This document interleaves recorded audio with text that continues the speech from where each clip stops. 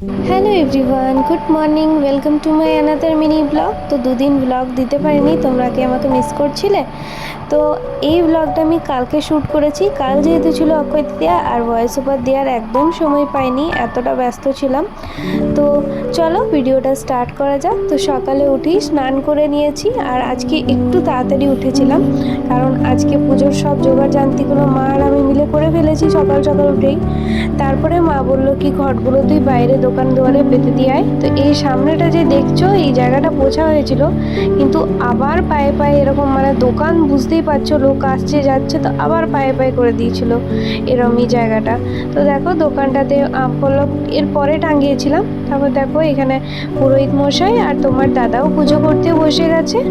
আর জানো তো আমার বাবুর একুশার মানে এই যে ষষ্ঠী পুজোটা হয় এটাও এই জেঠুটাই করেছিল। তো বাবুকে অনেক ছোট থেকে দেখছে, তো এখানে বাবুকে বাই করে জেঠু চলে গেল।